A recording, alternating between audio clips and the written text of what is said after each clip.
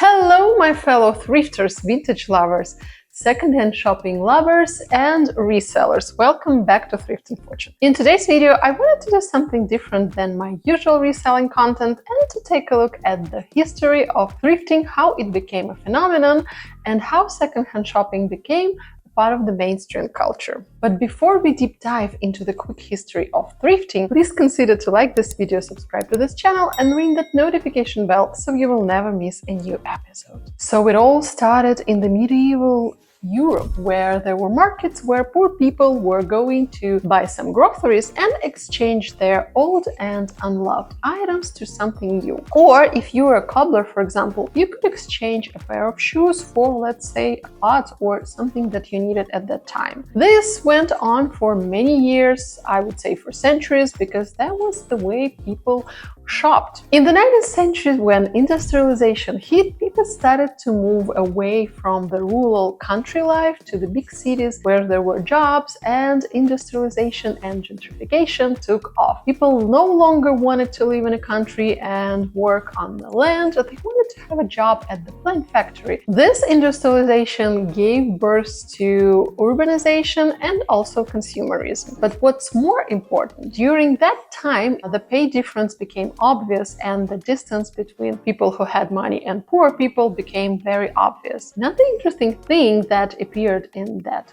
era were pawn shops, where people could bring their valued belongings and exchange them for a quick cash. Whether they wanted to spend all money on gambling or drinking, we're not here to judge. But pawn shops go hand in hand with big city lights. To this day, I think. Since there was a huge gap between fortunate and unfortunate, charitable missions started to pop here and there. Let's take a look at our neighbors over the pond. In 1865, Minister William Booth and his wife Catherine founded a charitable mission that will later become known as Salvation Army. Their idea was to preach to those who were not allowed in the house of God. I know, it kind of sounds weird, but back in the days, poor and diseased and crippled were not allowed into the house of God, mainly because there was still some sort of disease spreading on, and a lot of people were literally banned from churches, like crippled people, poor people, sex workers, not allowed to the church.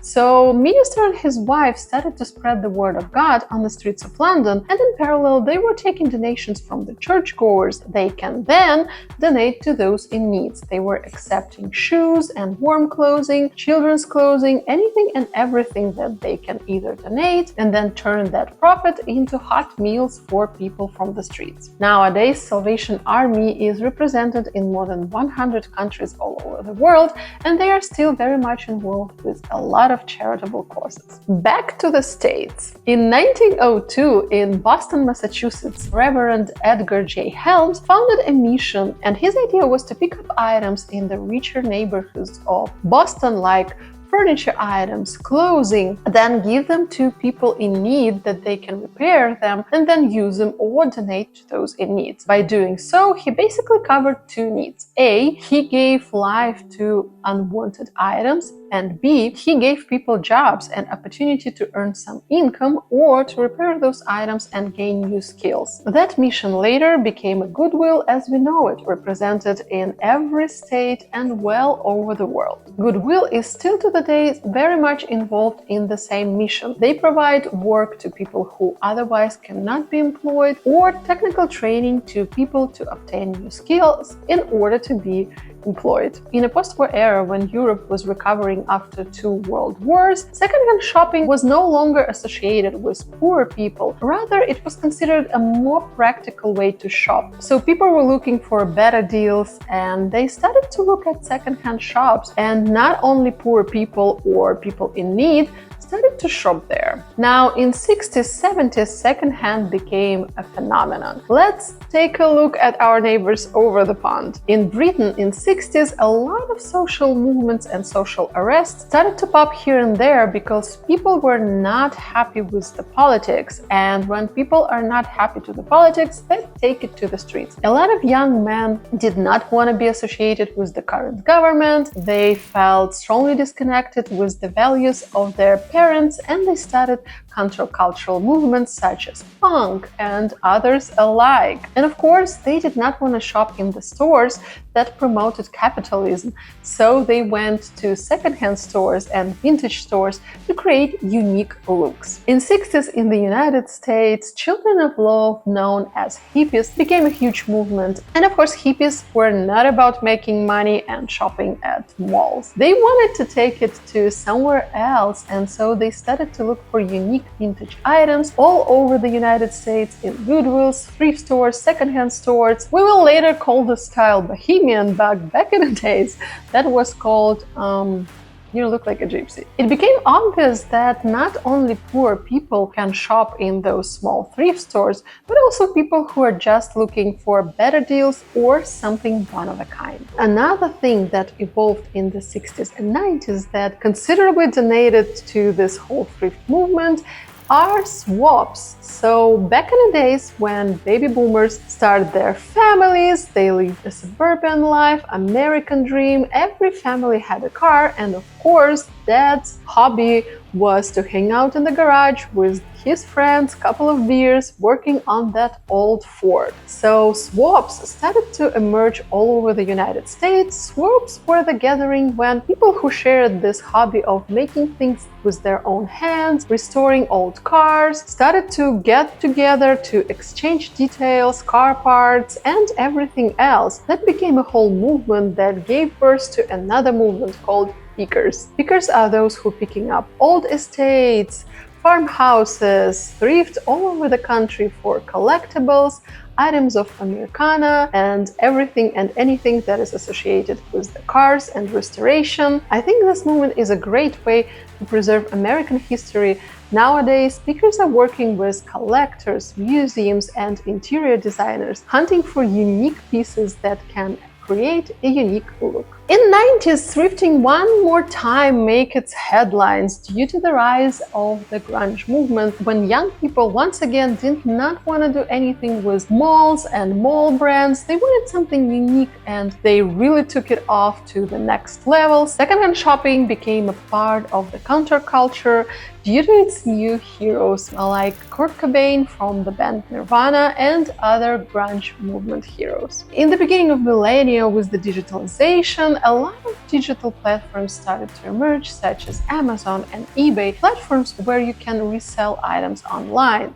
That took thrifting and secondhand shopping to the digital era. Nowadays, with the rise of reselling platforms, secondhand became a part of the fashion cycle. We now have eBay, Poshmark, Mercari, Wisteria Collective, The Real for authenticated luxury, and you name it. The list of reselling platforms goes on and on and on. There are a lot of reselling platforms in every country, and it makes thrifting even more exciting, in my humble opinion. Don't forget, on this channel, you're allowed to disagree. With immense popularity that secondhand thrifting gained, of course, Goodwills and Salvation Armies and others alike started to raise prices, and there is a constant debate that this is no longer suitable for poor people. But have you ever been to the Goodwill lately? Do you know who is shopping at thrift stores? Yeah, girls like Emma Chamberlain, who have a ton of money, and they are not doing it because they are poor. Also, Goodwills and Salvation Armies are really drowning in donations. A donation disaster. A message from San Joaquin Valley Goodwill locations. Please stop donating your items. Their facility centers cannot process everything that people bring to them,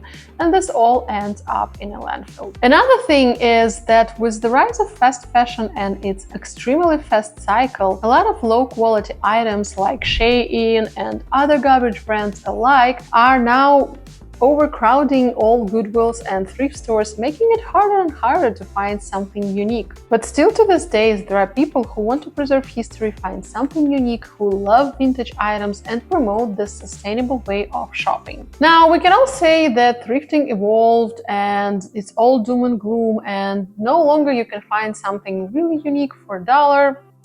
Agree to disagree, you still can go to the bins and find something really unique for less than $1. But yeah, I think it's also a part of this, whole secondhand, this all sustainable shopping versus fast fashion debate. In my humble opinion, poor people do not need your old Shein bathing suit. They need money and better programs. So yeah, it's kind of look doom and gloom. But on the other hand, there is another great trend that is emerging from this whole situation. Nowadays, when reselling is on the rise, when there are a lot of reselling platforms and there are people who are reselling for a living, brands started to think of the closing life cycle. They wanted to invest in better quality materials so that when you don't like your item anymore or you want to make room for something new, you can resell it for profit. By investing in better quality pieces, you can then make money reselling it and buy something new. And I think this is a really good way how fashion can evolve and move to the next level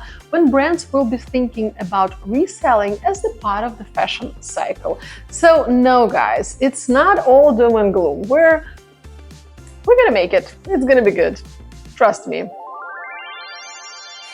In a conclusion, I want to say that I became addicted to secondhand shopping way back in the days in the early 90s when my family could not afford a lot of new items, but I still wanted to, have new clothing. So yeah, secondhand shopping became my favorite hobbies. And even nowadays, when I can afford almost anything I want, I still look for items at the reselling platforms, on eBay or in the vintage stores. And only then, if I cannot find anything, I go to retails. Of course, there are brands that I like, but my first choice is always secondhand because A, I love good quality items, and B, I love good quality items and I don't like fast fashion. Tell me your thoughts, guys. What are your thoughts on thrifting, whether it's evolved? What do you think is going to be the future of secondhand shopping? Do you think it's all doom and gloom? Do you think we're all gonna drown in the sea of, fast fashion, low quality items, or fashion industry will evolve in something else, taking reselling as a part of its cycle? Let me know in the comments down below. As always, I'd like to hear from you. Also, let me know if you're shopping secondhand, what is your favorite thrift store. Let's meet in the comments and chat, and I will see you in the next video. Bye!